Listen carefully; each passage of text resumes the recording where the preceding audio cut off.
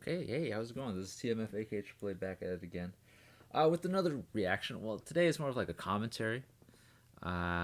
It's not like to a music video or anything. This is just to Sunny V2's video titled "The Depressing Downfall of Dakotaz." It's a little different from what I usually do, but I've been so into Sunny V2's content.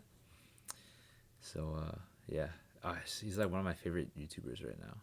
I was going through depression.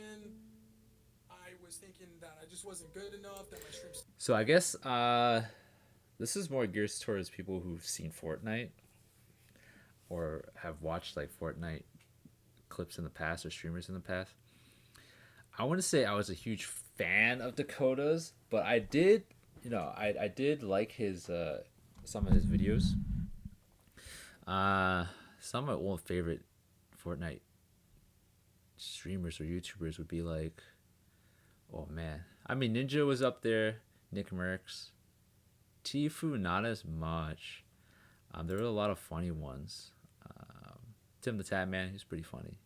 But yeah, Dakota's was up. He was aight. He was Suck. aight. People don't like me watching me anymore. This is over for me. That's what was going through my mind. I've been streaming on Twitch since. During his peak month of June 2018, Dakotaz was averaging 20. That's crazy. Like, it's crazy to see the streamers who played Fortnite. Like, cause man, when Fortnite was popping, it was popping. Like, it was the most talked about. Like, you couldn't go anywhere without hearing about Fortnite. And these streamers, especially the more popular ones, had insane like reach. 26,000 viewers for every time his Twitch stream would go live. Over on YouTube, it was rare for his social blade to display a month totaling less than 15 million views, while Yes. gaining 100,000 Twitter followers in a month was simply a regular occurrence. However, despite being without a doubt one of the kindest, most likable figures in the history of Fortnite, I never knew what he looked Dakotaz like. has been unable to maintain his relevancy in an So this is industry pretty where interesting. entertainment and current interest reign eternally supreme. His YouTube viewership has fallen by 98% from an average of 15 million views per month to 300,000 views per month. His average Twitch Yikes. concurrent viewership has fallen by 96% from 26,000 to 1,000, while his Twitter hasn't seen any positive growth in more than 180 days. Initially, we suspected that his decline was simply due to a decreasing interest in Fortnite. However, after digging a little deeper, much of it seems to be the result of alcohol addiction, messy breakups, and strange geographic circumstances between France and the US. Really? Think that's the case? I mean, I feel like a huge part of it was like Fortnite itself dying. Because I think peak Fortnite was probably season two, season three was probably at its peak. Going into season four was kind of slowly declining. Season five, six, it just started going down, downhill.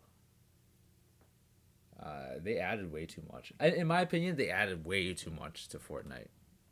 It wasn't as fun as before, and then the skill cap was insanely high, and to actually have fun, it was hard because everyone was so good at the game. Like they were all so sweaty. Everyone could build, edit. Uh, it was hard to have fun when you just get annihilated so quickly. On top of all that, there was a host of mental health issues such as depression and anxiety. This video will be a harsh reminder about how volatile we are as human beings, as well as how risky and transitory a career in gaming truly is. That's true, huh? Gaming itself is just a hard, because it depends on. It really depends on the game. Uh I think there's only a few handful that I can think of really stood the test of time. The PewDiePie, I couldn't really do it. Any of these Fortnite ones are tough. Like even Ninja isn't getting the same amount of views. I don't think any of the Fortnite ones really. Like comparatively, it's hard. I've been streaming on Twitch since 2012. I started this adventure when there wasn't like a lot of people streaming and there wasn't alerts. While Fortnite would become the game that Dakotaz was most known for, he was no stranger to the Battle Royale genre leading up to Fortnite's release. Dakotaz had been streaming and uploading videos on a third-person Battle Royale style zombie game titled War Z, dating all the way back to 2012. In the beginning, Dakotaz had been streaming part-time while working a job waiting tables. However, after receiving a $500 stream donation to buy some new computer gear, Dakotaz decided to go full-time on Twitch. You dropped $500 for me to buy new headphones because my microphone was a $2 mic. I quit my job like the next day. One of the few surviving Dakotaz live stream clips from 2013 is titled Dakotaz live on stream passing out from vodka. And while this could be easily dismissed as some hilarious stream shenanigans from a younger, less mature Dakotaz, it also gave us an insight into both his personality and his early streaming career. I'll say this. From what I know about, I guess, the restaurant business itself, there's a huge stigma that, like, if you have any sort of addiction, like, don't go into the restaurant business, because that's just gonna amplify it. So yeah. You can see that by May 2013, I don't know how true it is, but that's what I've been hearing, or that's what I've heard. He was averaging around 500 viewers per stream on Twitch, was friends with some at 1G as shown in the chat, but most interestingly was the kind of guy who could drink himself to blackout on stream. Oh, 500 viewers? That's really good. And was far from a regular occurrence. It was an example showing that Dakotaz might not have been very good at controlling himself when it came to alcohol. Over on YouTube, a screenshot from as far back as October 2013 shows Dakotaz having gained 17,000 subscribers, an impressive number considering he had only started the channel 10 months prior in January 2013. Wow. Dakotaz would switch to PUBG, GG guys, another win, man. Let's do this. giving him even further experience in the Battle Royale genre, and by September 2017 was sitting at around 90,000 subscribers on YouTube and 100,000 followers on Twitch. However, despite having a reasonable fan base in terms of followers, Dakotaz explained that his average Twitch viewership had declined dramatically since he started streaming. And then my stream kind of died. You know, like I went through like depression and stuff. Like it died. I went from 2,000 viewers to like 100. As mentioned, much of the decline had been attributed to depression, or alternatively, perhaps the depression was actually a result of the declining audience. But regardless, it might have been an early indicator that Dakotaz was more prone to a depressive episode than the average person. The decline of Dakotaz viewership during the PUBG days also led to the removal of Dakotaz facecam for reasons outlined in the following clip. I got a lot of like abuse from people saying my stream was dead. So I turned my camera off just so I wouldn't give people a reaction they were looking for, because it was kind of brutal to deal with it. In addition to this, Dakotaz had moved to France to be in a relationship with a girl he had met. Yo, I'll say this, Dakotaz did a really good job in terms of growing his stream without a face cam for the longest time, from what I remember. Because a lot of the top streamers had face cams. I think the more notable ones that didn't were probably Dakotaz and like High Distortion or something. And explained that removing the face From cam what I was remember. for his relationship. A lot of women were very flirty and said I looked, you know, like very flirty comments, and it kind of caused some tension in my relationship. So, you know, turning my webcam off was a helpful thing for my relationship. But while a depressed Dakotaz who had been bullied out of using a face cam was far from a positive scenario, each of these would represent a dark before the dawn, and in September 2017, a game would be released that Dakotaz had a quote, special feeling about. I played off stream that night, and I got like a special feeling when playing. I was like, this game's special. Like I can tell it's special. But while Dakotaz had a special feeling about Fortnite after it first released, most didn't feel the same way. Literally no one's playing it. No one likes it. Everyone's calling it Disney game. Oh, you know, PUBG's better. Switching to Fortnite was going to be a massive risk for Dakotaz. His stream was almost dead already, then he starts playing something that the remaining audience doesn't like. Sounds like somewhat of a career-ending move. However, the advantage that Dakotaz had was that he genuinely loved and enjoyed the game. That's crazy. Like, I do remember, like, when Fortnite came out, it was a free battle royale, and then people were clowning on it because the graphics were goofy and it looked like super cartoony. And I remember it being not that talked about, because back then PUBG was like the BR, and I don't think there was any really other BRs that really could rival PUBG at that time. But Fortnite did. And I think when people started realizing how good building was, that's when it started really exploding. And therefore had the motivation to begin making YouTube videos on it, regardless of whether or not his stream liked it. I haven't even won a game yet on stream. This is pitiful, guys, okay? I'm gonna try and win a game. And since Dakotaz had a genuine interest in the game, he'd probably be less concerned about the performance of the content, since he was simply enjoying the process of making it. This would ironically work in his favour, as his audience noticed something. If he was willing to let his channel die for the game he was playing, he must really enjoy the game. And this genuine enjoyment for the game passed through to the content and made watching his Fortnite videos far more enjoyable. Dude, this game is #1 right now. There's no better game right now than Fortnite, in my opinion. This, in addition to the fact that no I would one agree. At that time, Fortnite, Fortnite was top dog. Like, I dropped League of Legends for Fortnite for I think a good 2 years. No, I wouldn't say 2 years. That's way too long. A year. I think about a year. beginning caused his view count to surge from the moment that Fortnite was released. I start making YouTube videos where no. I spent a lot of money on Fortnite. Well, not a lot, From like 1,000 views a video, but a good to amount. 30,000 instantly. It had taken him 5 years to hit 100,000 subscribers. However, only 2 months after Fortnite's released, Dakotaz had passed 500,000 subscribers with every video on the channel, averaging 300,000 to 500,000 views each. This game is legit the best game I've ever played. The best game I've ever played. To think that we're in this game is just, I can't even believe it's real, man. This view count on YouTube then translated into more people finding his streams over on Twitch. 60 viewers, 200 viewers, 400 viewers, 2,000 viewers, and then the next day it's 20,000 viewers. You know, I was there before everyone. And the higher Twitch viewership gave him the ability to play with other larger streamers, such as High Distortion, Ninja, There and it is. responsible for kickstarting Daquan. Oh, Daquan Hamlins. Those two are so funny too. I queued up in a random squad, and Daquan was the only one that would talk. And then we became friends. The first Fortnite Hamlin's was skirmishes, mad you know, funny. I got him into it. Only 5 months after the release of Fortnite, Dakotaz would hit 1 million subscribers and upload a video celebrating the achievement, which included a face reveal, This is what I look like. Thank you for the 1 million. I appreciate it, guys. as he hadn't streamed or uploaded a single video with his face in it since removing Facecam in the Aye, PUBG. right. However, at the same point in time, literally only 7 months into his explosion, Dakotaz would sadly return to the dark place that he'd been in prior to the release of Fortnite. About 7 months in, I was like, I can't do this anymore. My health started to decline. Like I had a What? pain in my brain. My health was just going down. At some point between April and June 2018, when Dakotaz Twitch and YouTube statistics were at their highest in his career, the depression that Dakotaz had struggled with in the past popped its head back up once again, adding an extra burden to the content creation process. Dakotaz maintained his daily stream and Fortnite YouTube upload, presenting a facade that he was doing fine, however later explained that once the stream had been turned off, his happy, hyped up personality completely disappeared. I'm going from this high to just nothing. But as soon as my stream ends, there's silence.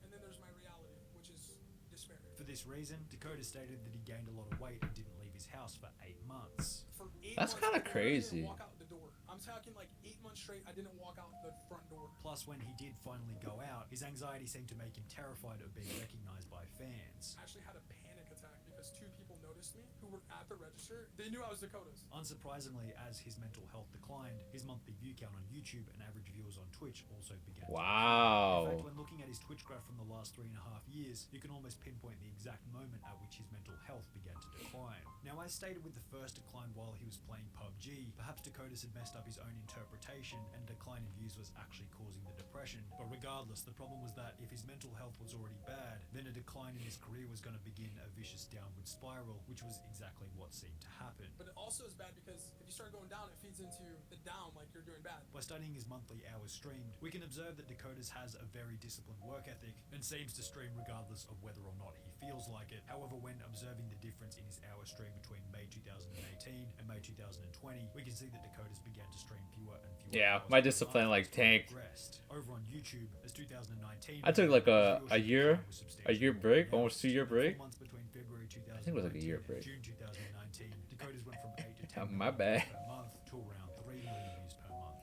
Additionally, his circumstances were about to get even more difficult, as the amount of time required to keep his streaming career afloat would ultimately lead to the neglect and end of his relationship. I'm chasing dreams, and I had to chase that for me, you know, and I did. But ultimately, I'm single, so.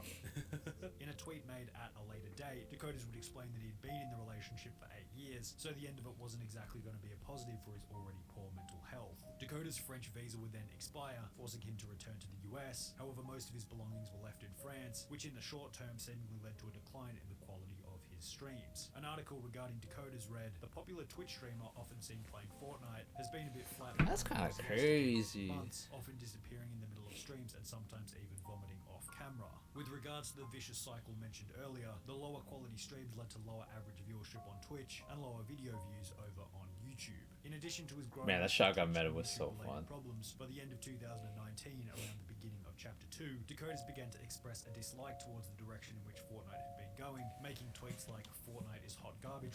I think everyone can agree that going into season 2, I mean, I didn't even play season 2, that it was bad. I think Fortnite was so good in being in the like the media, right? The mainstream media, but I think they were doing way too much. Like there was like battleships, there was too many crossovers. I think the first crossover was pretty cool, but then what I think it was like Thanos, was that the first one? The Avengers. But after that, there was way too many, too many. Like there was like mechs, there was boats, airplanes. Man, there was too much going on. It was, I think it was. It's like it became less of a battle royale and more like a party game. So you know how Super Smash Bros is technically a party game with like all these items and everything, but at the very core, if you remove everything, it's like a fighting game. That's how Fortnite felt. But you couldn't remove the items and make it like a strict battle royale.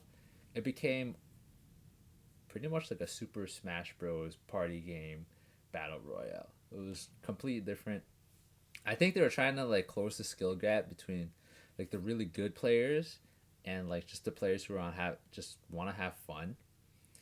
I think what they could have they could have done like I said, like a Super Smash things where like the super serious players, if they really wanted to, they can play like a vanilla version of Fortnite, and then those who want to enjoy all these like items, they can play the normal version, right? I think Fortnite should have done that, like two game modes, because I think they had the player base to handle that. I don't know if they probably had the servers too. Like Epic Games at that time was making mad money with all these like events and everything. So I think they should have done that. One more geared towards the super serious players, and then others to the normies. Right now, also stating that the game had lost its soul and turned into a giant advertisement for singers and movies. I feel like Yeah. Fortnite's lost its soul. It's just kind of like this walking advertisement for Star Wars, for Marvel, for musicians, and it's like that's what it is now. Dakota stuck with Fortnite for about a year after the release of Chapter 2. It's hard because I'll say this too. The musicians are pretty cool. The crossover is pretty cool. The thing that made Fortnite so incredibly engaging was when one battle pass would end and like the other would begin, right? Everyone would like log in for a moment, they wouldn't kill each other, and then they would just watch these events happening. Like it was so incredibly insane. Oh my god, like those were good moments, but now it's just oh. However, So as sad. Among Us was rising in popularity, he would change his main game on YouTube with the goal of riding the new game wave. This worked momentarily, however, unfortunately, there were two problems with this. Firstly, Among Us died faster than anyone ever expected. Oh my god, that's so true. Secondly, everyone could sense that he was just chasing the short-term Among Us popularity and didn't have that genuine interest in playing the game like in the early days of Fortnite. And this second point is such a common theme for almost... I'll say this: Among Us is super fun. If you have a group of people, you need to have a full lobby. Anything less is not as fun. You have to have a full lobby. Number one. Number two, everyone has to be like on point, funny, and just like each with like distinct personalities for it to really shine. If you want to do like a streaming thing, long term.